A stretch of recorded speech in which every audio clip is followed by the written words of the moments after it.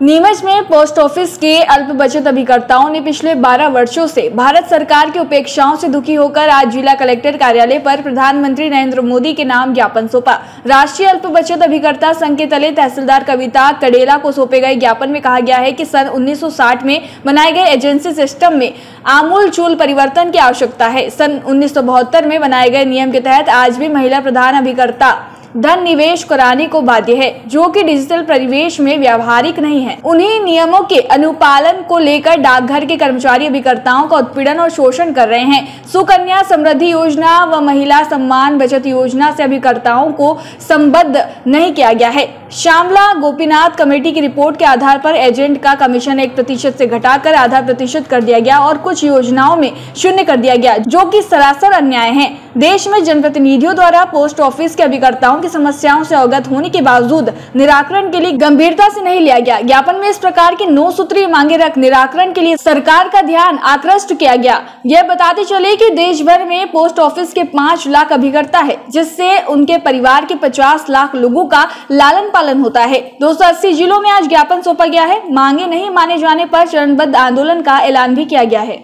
हम लोग post office के एजेंट्स हैं और पूरे देश में हम लोग तकरीबन 5 लाख एजेंट हैं और इस मान से यदि हम देखें तो करीब 50 लाख लोगों की रोजी रोटी हमारी इस डाकघर के माध्यम से चलती है।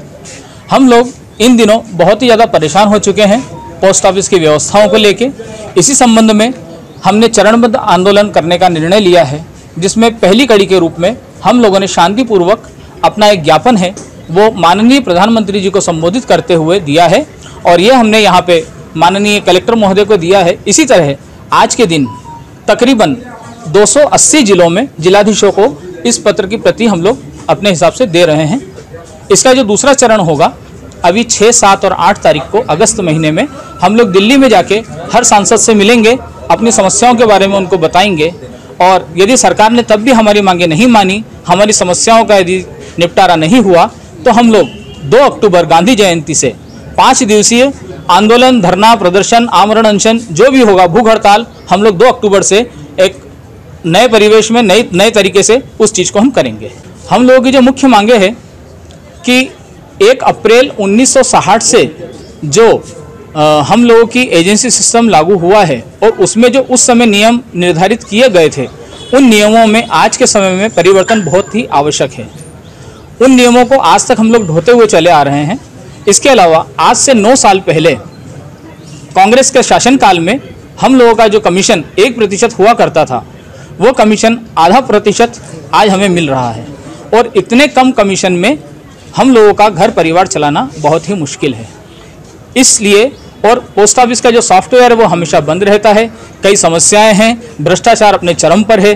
कई योजनाएं जो शासन ने निकाली हैं, उन योजनाओं में एजेंटों को कमीशन बंद कर दिया गया है। सुकन्या समृद्धि योजना है, सीनियर सिटीजन योजना है, महिला सम्मान निधि जो हमारी महिला अभिकर्ताओं के द्वारा बेची जा सकती थी, उसमें भी हम लोगों को कमीशन कुछ भी नहीं है। हमारी सरकार से यही मांग है कि उन चीज़ों पे कमीशन हमें दिया जाए और जो कमीशन हमारा आधा % किया है। नीमच से अब्दुल अली ईरानी के साथ पवन राशिंदे की रिपोर्ट।